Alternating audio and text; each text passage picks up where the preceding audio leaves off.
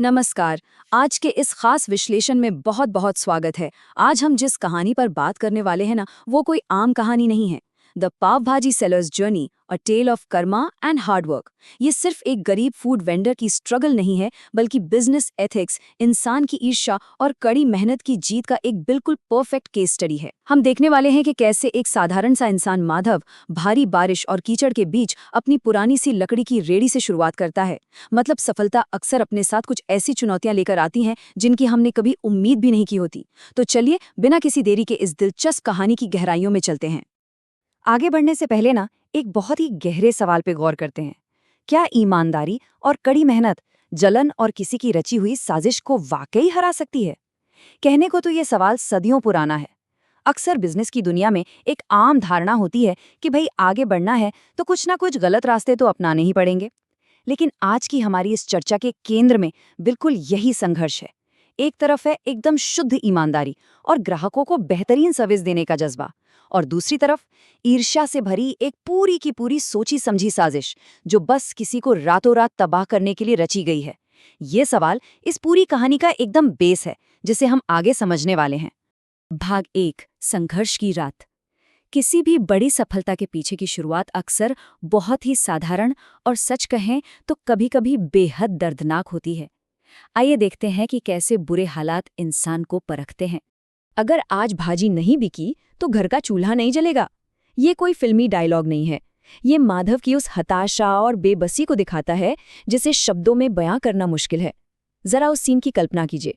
आसमान में काले घने बादल छाए हैं, मूसलाधार बारिश हो रही है और माधव अपनी उसी पुरानी सी लकड़ी की रेड़ी के पास चुपचाप खड़ा है। घर की छत कच्ची है जो बारिश में लगातार टपक रही है। घर में राशन का एक दाना नहीं है और उसकी पत्नी सुमित्रा बस इसी उम्मीद में बैठी है कि आज कुछ पैसे आएंगे तो शायद खाना बन पाए। लेकिन बारिश की वजह से दूर दूर तक कोई ग्राहक नहीं है। दिन भर में 1 रुपए की भी बोहनी नहीं हुई है। ये दिखाता है कि एक छोटे व्यापारी के लिए हर एक दिन का सर्वाइवल कितना बड़ा संघर्ष होता है।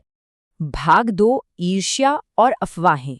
कहते हैं ना कि हर अंधेरी रात के बाद सवेरा जरूर होता है, लेकिन जब सफलता अचानक दरवाजा खटखटाती है तो वो सिर्फ खुशियां नहीं लाती, आसपास एक अजीब सी नेगेटिविटी भी पैदा कर देती है। तो हुआ यूं कि उस भयानक बारिश वाली रात शहर से गुजर रहे कुछ मुसाफिरों की गाड़ी वहां अचानक रुक गई। माधव ने उन्हें एकदम गर्मा गर्म ताजे मक्खन वाली बेहतरीन पावभाजी खिलाई।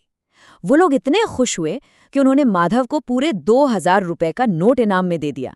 अब यहीं से एंट्री होती है राजेश की।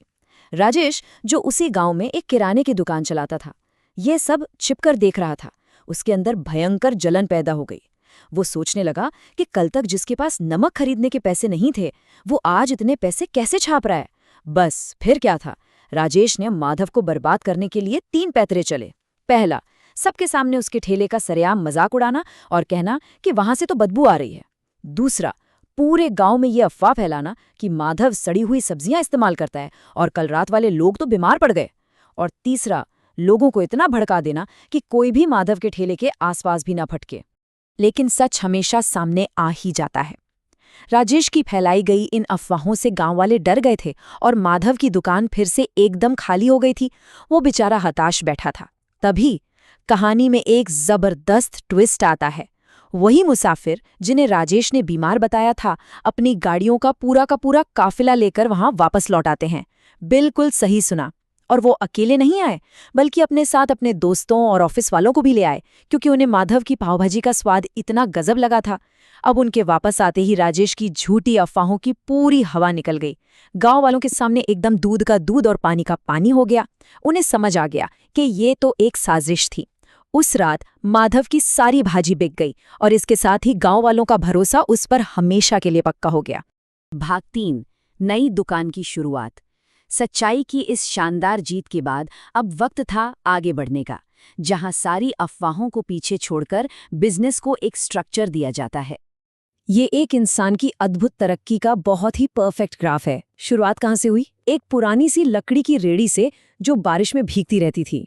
लेकिन जब माधव के पास थोड़े बहुत पैसे जमा हो गए तो उसने अपनी टपकती छत को देखकर एक बहुत बड़ा रिस्क लेने का फैसला किया। उसने गांव के सरपंच की मदद ली और एक किराए की दुकान ले ली। अब वो सड़क पर खुले आसमान के नीचे नहीं था, उसने माधव पाव भाजी सेंटर नाम से अपना एक छोटा सा ढाबा शुरू कर दिया। और मजे की बात देखिए, ये सफर यही नहीं रुकता। आगे चलकर वो एक बड़े हाईवे फैमिली रेस्टोरेंट तक पहुंचता है। मतलब विजन अगर सही हो ना, तो बहुत ही सीमित संसाधनों से भी एक बड़ा साम्राज्य खड़ा किया जा सकता है। ये कंकड़ तो ऊपर से डाले गए लगते हैं, क्योंकि इन पर भाजी का मसाला भी नहीं लगा है। ये बात ना इस कहानी का सबसे बड़ा मास्टर स्ट्रोक साबित हुई। हुआ ये कि जब माधव ने अपनी नई दुकान का उद्घाटन किया तो राजेश की ईर्ष्या 7वें आसमान पर पहुंच गई। उसने कुछ आवारा लड़कों को पैसे देकर वहां हंगामा करने भेज दिया। लड़कों ने जानबूझकर अपनी प्लेट नीचे गिराई और जोर जोर से शोर मचाने लगे कि अरे भाजी में तो कंकड़ हैं। माधव एकदम घबरा गया, लेकिन तभी वहां सादे कपड़ों में पाव भाजी खा रहे हेड कांस्टेबल रघुवीर सिंह सामने आते हैं। वो प्लेट उठाते हैं, बड़ी बारीकी से उन कंकड़ों को देखते हैं और ये जबरदस्त लॉजिक देते हैं कि भाई अगर कंकड़ भाजी के साथ पके होते तो उन पर मसाला तो लगा होता ना। इस एक छोटे से लेकिन सॉलिड लॉजिक ने न सिर्फ राजेश के गुंडों की पोल खोल दी, बल्कि ये भी साबित कर दिया कि सच्चाई चाहे कितनी भी गहरी क्यों ना छुपी हो, कोई पारखी नजर उसे ढूंढ ही निकालती है। भाग 4, राजेश का पतन। बिजनेस में जब कंपटीशन होता है ना, तो जीतने के बस 2 ही तरीके होते हैं। या तो आप अपनी क्वालिटी को बेहतर कर लें या फिर शॉर्टकट अपनाएं। ये सीधे तौर पर हमें दिखाता है कि बिजनेस आखिर किया कैसे जाना चाहिए और कैसे बिल्कुल नहीं। एक तरफ हमारा माधव है, उसका पूरा का पूरा फोकस सिर्फ क्वालिटी पर है। वो एकदम ताज़ी सब्जियां इस्तेमाल करता है, बढ़िया महंगा मक्खन लगाता है और उसका मेन गोल है बेहतरीन स्वाद और लाजवाब सर्विस। वहीं दूसरी तरफ देखिए राजेश का बिजनेस मॉडल। राजेश ने माधव की देखा देखी पाव भाजी का काम तो शुरू कर दिया, लेकिन उसका लक्ष्य सिर्फ और सिर्फ पैसा बचाना और मुनाफा कूटना था। उसने मंडी से सस्ती और बासी सब्जियां उठाईं, मक्खन की जगह सस्ता डालडा घी इस्तेमाल करने लगा और खराब स्वाद को छिपाने के लिए ढेर सारी तेज मिर्च छोंक दी। ये सीधे तौर पर बिजनेस एथिक्स और अंधे लालच के बीच का वो अंतर है जो यहाँ एकदम साफ साफ दिखाई देता है। और फिर इस खराब बिजनेस मॉडल का नतीजा क्या निकला? लालच के परिणाम हमेशा बेहद भयंकर होते हैं। थोड़े से सस्ते के चक्कर में जो भी लोग राजेश की दुकान पर गए, उन्हें सीवियर फूड पॉइजनिंग हो गई। पूरे के पूरे परिवारों का पेट खराब हो गया, बेचारों को डॉक्टर के चक्कर काटने पड़े। बात इतनी बढ़ गई कि मामला सीधे गांव की पंचायत तक जा पहुंचा। सरपंच ने इस भयानक लापरवाही के लिए राजेश पर बहुत भारी जुर्माना लगाया और उसकी दुकान हमेशा हमेशा के लिए बंद करवा दी। ये साफ दिखाता है कि जब कोई व्यापारी अपने ग्राहकों की सेहत के साथ ऐसा खिलवाड़ करता है तो सिर्फ उसका बिजनेस फेल नहीं होता, बल्कि समाज में उसकी पूरी इज्जत मिट्टी में मिल जाती है। भाग 5, सफलता और क्षमा। सच कहूं तो ये कहानी सिर्फ एक बिजनेस के हिट होने के बारे में नहीं है। ये इंसानियत के उन ऊंचे मूल्यों के बारे में है जो बहुत कम देखने को मिलते हैं।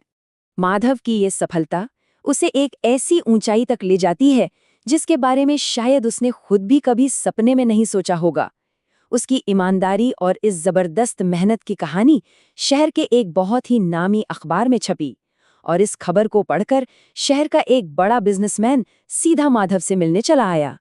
उसने माधव के हुनर को पहचाना और उसे हाईवे पर एक बहुत बड़ा फैमिली रेस्टोरेंट खोलने का ऑफर दे दिया। बिजनेसमैन ने अपना पैसा लगाया और माधव ने अपना शानदार हुनर। बस फिर क्या था, कुछ ही महीनों में माधव की असली पाव भाजी नाम का एक एकदम आलीशान ढाबा तैयार हो गया। माधव ने गांव में अपना खुद का एक बढ़िया पक्का घर भी बना लिया। लेकिन सबसे कमाल की बात पता है क्या रही? इतना बड़ा आदमी बनने के बाद भी उस असली स्वाद को बरकरार रखने के लिए माधव आज भी अपने मसाले खुद ही अपने हाथों से मिलाता है। अपनी जड़ों से जुड़े रहने का इससे शानदार उदाहरण और क्या हो सकता है? पुरानी बातें भूल जाओ राजेश भाई। अगर आप चाहें तो मेरे नए होटल में स्टोर मैनेजर का काम संभाल सकते हैं।